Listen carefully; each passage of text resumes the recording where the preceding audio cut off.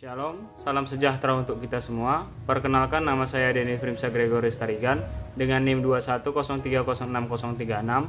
Saya dari kelas PTNC, Prodi Peternakan, Fakultas Pertanian, Universitas Sumatera Utara.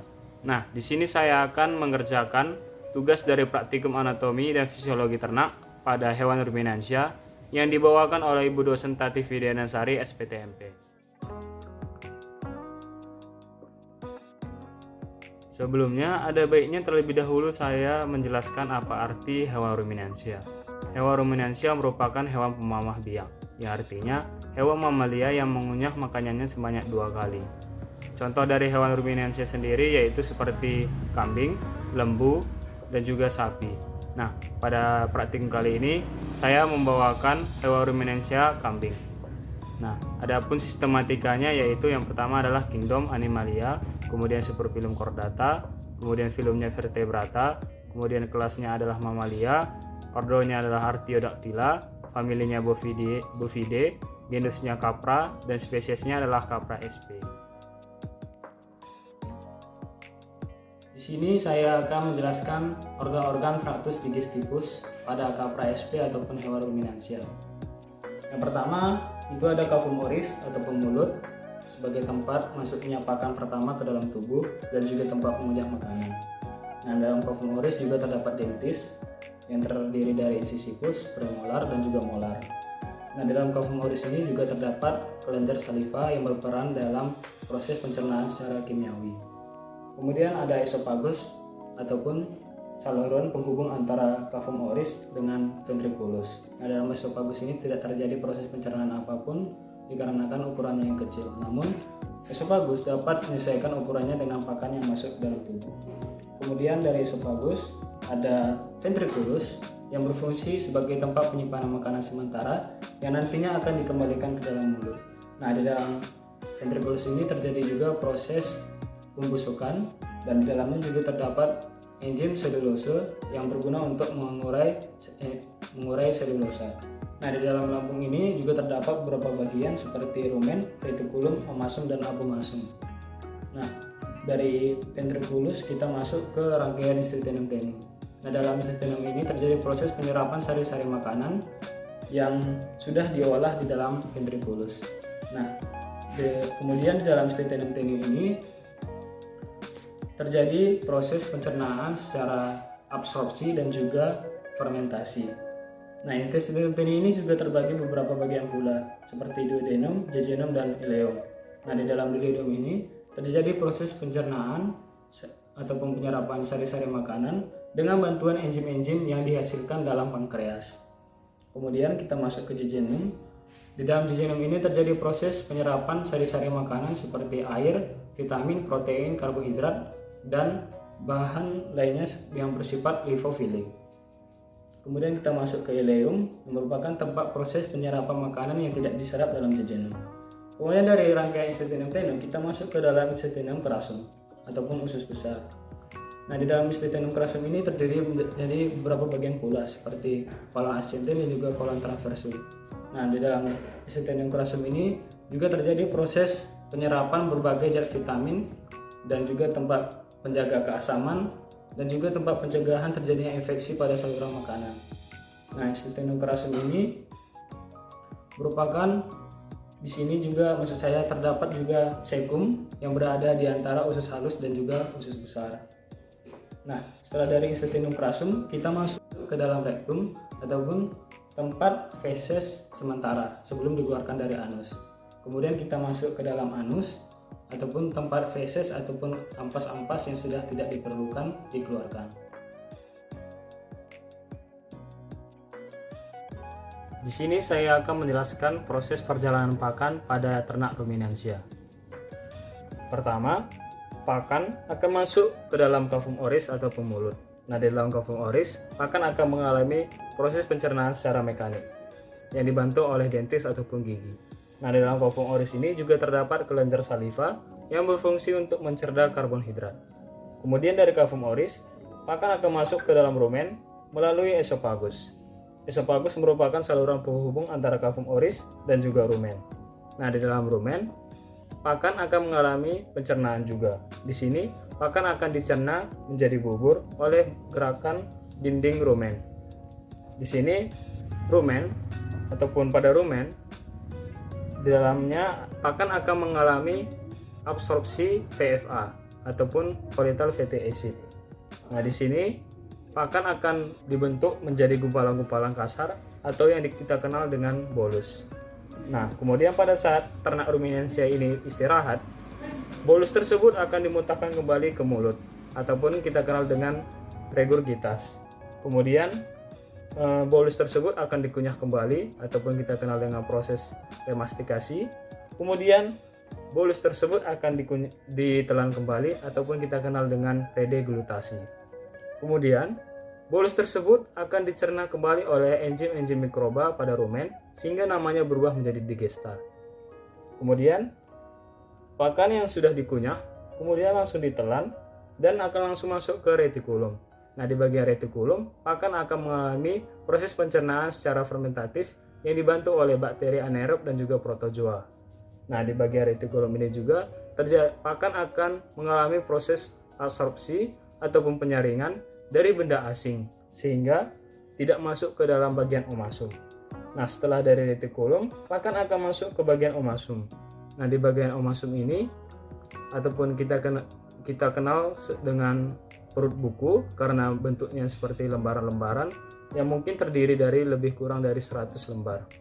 Nah, di bagian omasum ini terjadi proses pencernaan ataupun penyerapan seperti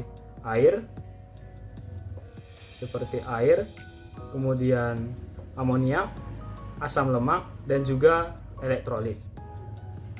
Dan di bagian omasum ini juga dihasilkan amoniak dan juga asam lemak terbang. Nah, kemudian dari omasum, pakan akan masuk ke bagian abomasum. Di bagian abomasum, pakan akan mengalami proses pencernaan secara enzimatis dan juga kimiawi. Di sini, pakan akan dicerna dengan bantuan enzim pepsin yang dihasilkan oleh abomasum. Di sini abomasum juga berfungsi untuk mengatur arus digesta dari abomasum ke duodenum. Nah, setelah dari abomasum, pakan akan memasuki rangkaian Instetinum tenu. Instetinum tenu pada kambing ini umumnya panjangnya sekitar 20-30 meter. Dan Instetinum tenu terbagi menjadi 3 bagian, yaitu ada duodenum, jejunum, dan ileum. Nah, di duodenum, pakan atau digesta akan mengalami proses penyerapan sari-sari makanan oleh bantuan enzim-enzim yang dihasilkan pada pankreas. Kemudian, pakan ataupun digesta masuk ke bagian jejunum. Nah, di bagian jejunum ini, pakan mengalami proses penyerapan sari-sari makanan ataupun komponen-komponen makanan seperti air, protein, karbohidrat, dan juga vitamin. Kemudian, pakan akan masuk ke bagian ileum. Nah, di bagian ileum ini akan terjadi juga proses penyerapan sari-sari makanan yang tidak diserap di bagian jejunum. Nah, setelah pakan melewati rangkaian Instetinum tenu, pakan akan memasuki rangkaian Instetinum crassum. Kemudian, pakan pertama-tama akan melewati seka ataupun sekum. Nah, seka ataupun sekum ini berfungsi sebagai tempat pencernaan secara fermentatif oleh mikroba. Lalu pakan akan masuk ke bagian kolon, kemudian pakan akan masuk bagian rectum ataupun tempat kotoran sementara. Kemudian kotoran sementara ataupun digesta yang sudah menjadi kotoran dikeluarkan dari anus. Di sini saya akan menunjukkan dan juga menjelaskan fungsi-fungsi dari rumen, retikulum, omasum, abomasum, dan juga Instetinum tenu. Yang pertama adalah rumen, berbentuk seperti permukaan handuk, dan rumen ini terletak di bagian rongga abdomal kiri. Nah, pada rumen ini terjadi proses pencernaan secara mikroba ataupun pencernaan yang dibantu dengan bantuan mikroba. Nah, pada rumen ini merupakan tempat penyimpanan makanan sementara yang nantinya akan dikembalikan ke mulut.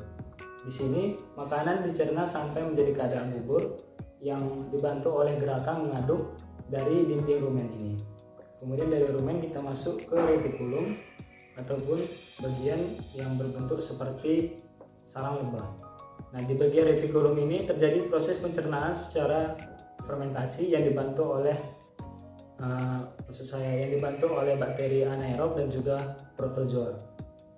Di sini juga terjadi proses penyerapan, maksud saya pencernaan secara absorpsi ataupun penyerapan makanan dari benda asing sehingga benda asing tidak masuk ke bagian pemasung.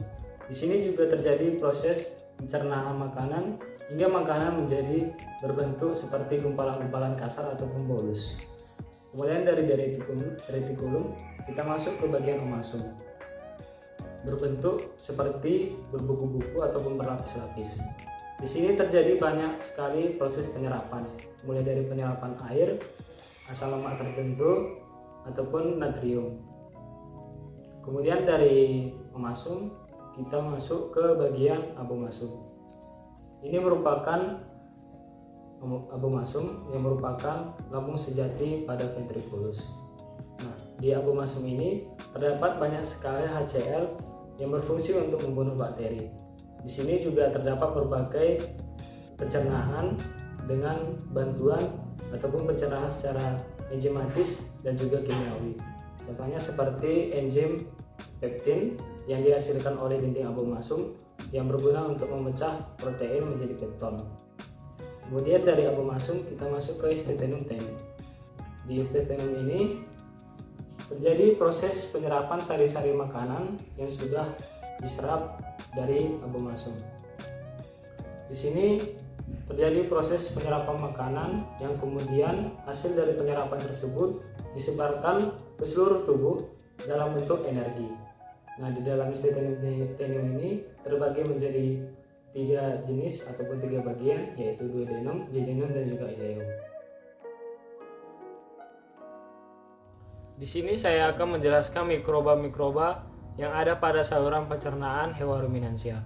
Nah, yang pertama itu ada bakteri selulolitik. Bakteri ini menghasilkan enzim selulose dari hasil hidrolisis glukosa.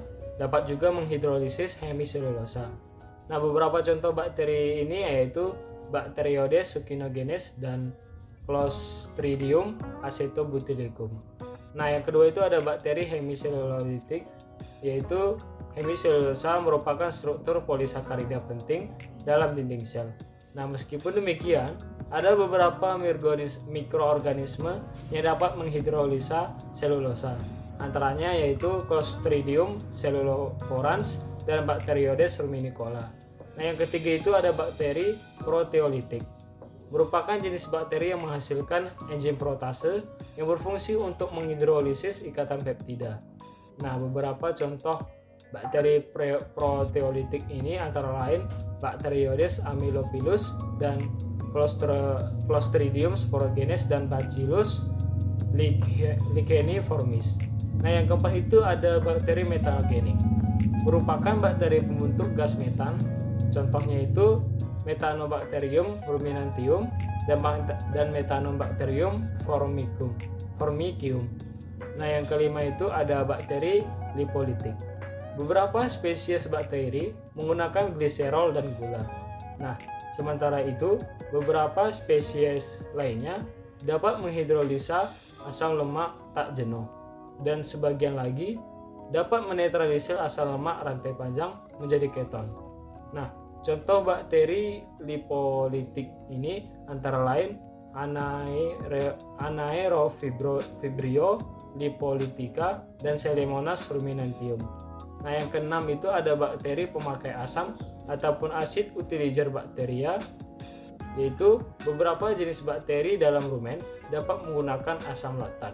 Nah, beberapa spesies bakteri pemakai asam laktat yang dapat dijumpai dalam jumlah yang banyak, yaitu pada saat ternak mendapatkan tambahan jumlah makanan butiran maupun pati. Contohnya itu yaitu Propionibacterium dan Selemonas lactilitica. Nah, yang ketujuh itu ada bakteri pemakai gula ataupun sugar utilizer bakteria. Hampir semua bakteri pemakai polisakarida dapat memfermentasikan disakarida dan monosakarida, yang mana sebenarnya gula akan lebih efisien apabila dapat dicerna dan diserap langsung di usus halus ataupun Steatenum tenui. Kemudian yang ke-8 itu ada bakteri ureolitik. Nah, beberapa jenis bakteri ureolitik menempel pada epitelium dan menghidrolisa urea yang masuk ke dalam rumen melalui difusi dari pembuluh darah yang terdapat pada dinding rumen. Nah, salah satu contoh dari bakteri ureolitik ini misalnya adalah Streptococcus sp. Nah, yang kesebelah itu ada Protozoa. Sebagian besar protozoa yang terdapat di dalam rumen adalah ciliata. Meskipun flagellata juga banyak dijumpai. Nah, ciliata ini merupakan non-patogen dan anaerobik mikroorganisme. Ciliata pada rumen dapat dibedakan menjadi 3 ordo. Yang pertama itu ada ordo Prostomatida, yang kedua Trichostomatida, yang ketiga itu ada Entodiniomorphida. Yang ke-10 itu ada fungi atau jamur. Nah, fungi atau jamur anaerob sangat berperan penting dalam komunitas mikroba rumen. Fungi atau jamur akan memecah bahan makanan yang sulit dicerna dalam mikroba rumen. Selain itu, fungi atau jamur sangat berperan dalam degradasi serat yang terkandung dalam pakan. Contoh dari fungi dalam rumen antara lain adalah jamur Picomicotes.